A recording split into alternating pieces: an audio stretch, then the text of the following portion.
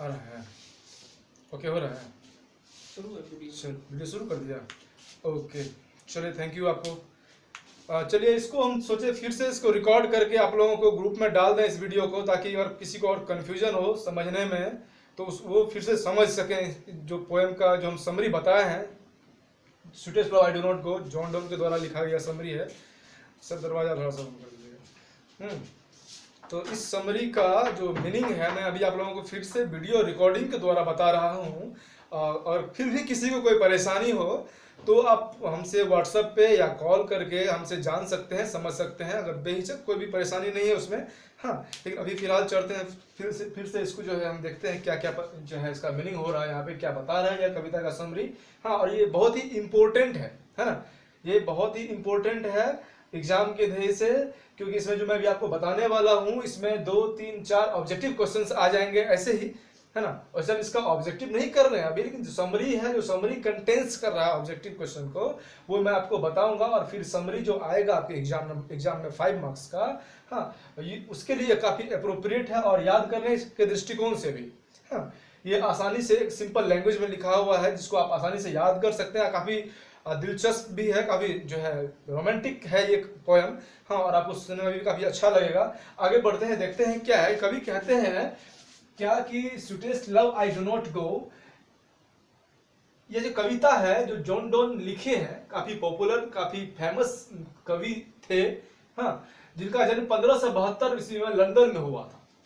ठीक है, तो ये कवि क्या कहते हैं, इस कविता के माध्यम से क्या कहना चाहते हैं, कवि इस कविता के माध्यम से क्या कहना चाहते हैं, इस बात को अगर हम गौर करें तो ये हम देख पाएंगे क्या कि कवि बता रहे हैं क्या कि हम लोगों को, सबको, इस कविता में पति पत्नी की बात कही गई है।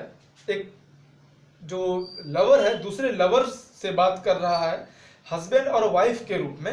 हाँ, लेकिन यहाँ पे इस कविता के माध्यम से कवि कहना क्या चाहते हैं, हाँ, कविता के माध्यम से कवि यह कहना चाहते हैं कि हम जिनसे भी प्रेम करते हो, जिनसे भी प्रेम करते हो, हाँ, चाहे वो मेरी पत्नी हो, कवि कहते हैं मेरी पत्नी हो, मेरी बहन हो, या मेरी माँ हो, या समाज के कोई लोग हो, हाँ, या मेरे शिक्षक हो, जो भी हो, जिनसे भी हम प्रेम करते हैं, तो फिर उस प्रेम का भी विरह होता है, बाद में सेपरेशन भी होता है। कभी ना कभी सेपरेट हो जाना है, अलग हो जाना है। हाँ, कभी फिर इसमें कहते हैं क्या कि सेपरेट तो हम हो जाते हैं पुनः मिलने की आस में, फिर मिलते भी हैं, लेकिन अंततोगत्वा जो इसका परिणाम निकल के आता है वह परिणाम होता है क्या कि हम सेपरेट हो जाते हैं। फिर अंत में कवि क्या कहते हैं, कवि कहते हैं क्या कि जो लोग एक दूसरे के दिलो दिमाग में होते हैं, जो एक दूसरे के दिल में बसते हैं, वो भले ही फिजिकली शारीरिक रूप से अलग हो गए हो, किंतु प्रेम की बात जब हम करते हैं, जब in the context of when we talk about the love in the context of this poem, means that the poet says when someone lives in each others mind and heart never be separated, उसको कभी हम जुदा नहीं कर सकते हैं।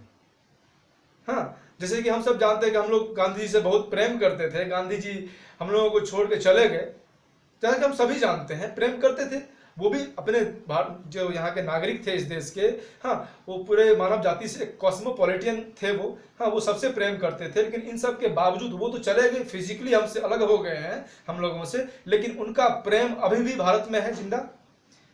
ठीक यही कॉन्टेक्स्ट है, यही थीम है इस कविता का, जो कवि सबों को समझाना चाहते हैं, है ना। आइए देखते हैं क्या है कविता में, कवि क्या कहते हैं, समरी के माध्यम से देखते हैं, है ना। Sweetest love I do not go, sweetest love I do not go is a poem composed by John Donne, John Donne के द्वारा यह कंपोज किया गया है। जॉन डोन इसका जो है इसको रचे, इस कविता को अगर हम किसी को अगर कोई कहा जाए कि इसकी रचना किसने किया तो हम कहेंगे जॉन डोन ने किया। हाँ, इसको किसने लिखा तो कहेंगे जॉन डोन ने लिखा। इसने मतलब इस कविता की कंपोजिशन किसने दी तो जॉन डोन ने दी, इसको कंपोज किसने किया तो जॉन डोन ने किया। जैसे नो, क्योंकि कविता जितने भी कविताएं होती है उसको हम लिखते तो हैं ही, लिटरली हम लिखते हैं उसको, सही बात है, लेकिन हम जो शब्द का प्रयोग करते हैं वो बहुत महत्वपूर्ण होना चाहिए, बहुत ही अधिक अच्छा होना चाहिए, सुटेबल टू द पोएम और द लिरिक्स और सॉन्ग विच इज गिवन। हाँ, सो कविता है, सॉन्ग है, शायरी है, कुछ भी अगर इस तरह की चीजें अगर लिखी जाती है तो उसको लिखना तो है ही जनरल मीनिंग में, लेकिन उसको हम कंपोज करना कहते हैं। क्या कहते हैं उसको? कंपोज करना, है ना। So this poem is composed by John Donne. This poem is composed by John Donne, a metaphysical poet. A metaphysical poet, metaphysical means here आध्यात्मिक, आत्म विषयक, जो आत्मा से जुड़ी हुई विषय हो, जिस विषय में काफी अधिक सच्चाई हो, जिस जो काफी ही इटर्नल हो, है ना, शाश्वत हो। मतलब क्या कि वह नेचुरल है, नेचुरल ही इटर्नल और शाश्वत हो सकता है ना। तो वही बात है, कवि कहते हैं क्या कि हम लोग एक दूसरे से प्रेम तो करते हैं, लेकिन कभी ना कभी उसका एक वेदनापूर्ण विरह होता है। तो उस विरह को हम लोग कैसे टैकल कर पाते हैं, उसको टैकल कर पाते हैं कि नहीं कर पाते हैं, इस चीज को बताते हैं कवि। चलते आगे बढ़ते हैं। He was born in 1572 in London. 1572 में उनका जन्म हुआ। कहां पे? लंदन में। क्लियर है? He was forced to leave, L-E-A-V-E, leave here. He was forced to leave Oxford University. हाँ, जब लंदन में जो है उनको वो पढ़ते थे जिस यूनिवर्सिटी में, उस यूनिवर्सिटी का नाम था ऑक्सफोर्ड यूनिवर्सिटी। और ये यहाँ जो ऑक्सफोर्ड यूनिवर्सिटी दिया हुआ है, तो आप लोग इसको याद कर लीजिएगा, है ना।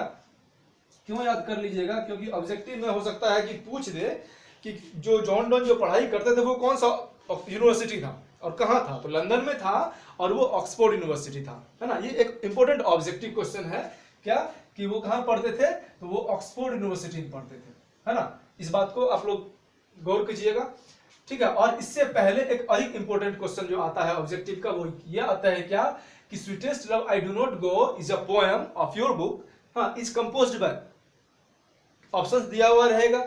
हाँ, तो इस उस 4 ऑप्शन में या 3 ऑप्शन में कोई एक ऑप्शन जो है आपका जॉन डोन का रहेगा, ठीक है। जॉन डोन आपको लिख देना है। उसके बाद आगे बढ़ते हैं। To leave Oxford University without a degree, बिना डिग्री के उन्हें जो है ऑक्सफोर्ड यूनिवर्सिटी को छोड़ करके जाना पड़ा। क्योंकि because of his religion, Catholic, Catholic उनका धर्म था। कैथोलिक जो था उनका धर्म था, किनका? जॉन डोन का, जिस वजह से उनको वहां यूनिवर्सिटी से भागना पड़ा बिना डिग्री प्राप्त किए हुए। क्योंकि उस वक्त वहां पे इस धर्म को लेकर के काफी हिंसा छिड़ा हुआ था, काफी जो है वहां पे दंगे हो रहे थे, इसलिए उनको यूनिवर्सिटी छोड़ करके भागना पड़ा। क्लियर है ना। फिर क्या है? He is well known for his song and sonnets. Song मतलब गाना होता है, सब जानते हैं, सबको पता है ना। और सोनेट्स एक पद्धतिबद्ध कविता, हाँ, पद्धतिबद्ध कविता जो कि 16 लाइन 18 लाइन की कविताएं होती है, 14 लाइन्स भी होती है कविता में। पहला पैराग्राफ में 6 लाइन्स, दूसरा पैराग्राफ में 8 लाइन्स। जैसे कि आपके बुक का द सोल्जर चैप्टर जो है, द सोल्जर जो दिया हुआ है रूपर्ट ब्रूक का, वो एक सोनेट्स है, वह एक वार पोएम तो है ही, हाँ, लेकिन वह सोनेट्स है। उसका अगर कैटेगरी देखें तो वह एक सोनेट्स है। जिस तरह से यह कविता एक लव पोएम है, लव सॉन्ग है, ठीक उसी तरह से द सोल्जर जो है वो आपका सोनेट्स है। उसको सोनेट्स कहते हैं क्योंकि उसके पहला पैराग्राफ में 6 लाइन है और दूसरा पैराग्राफ जो है उसका उसमें 8 लाइन दिया हुआ है। रूपर्ट ब्रूक के द्वारा लिखा गया है वो कविता, बहुत ही इंटरेस्टिंग है। आप लोग सब उसको घर में देख लें एक बार। फिलहाल इस पर चलते हैं। क्या है कि कंसोलिंग, हाँ, इन दिस लव पोएम, इस कविता में, इस प्रेम की कविता में, the poet is consoling his wife, अपने पत्नी को मना रहे हैं। कंसोल मतलब होता है मनाना, है ना। कंसोल मतलब क्या होता है? मनाना, ठीक है।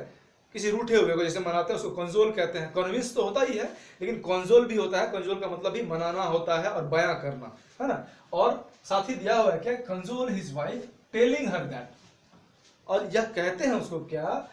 ही is going away, not because, वह दूर जा रहे हैं, हाँ, not because he is tired of her और he wants a better woman.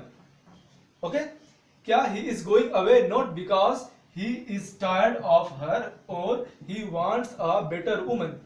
कभी कहते हैं कि मैं जो दूर जा रहा हूं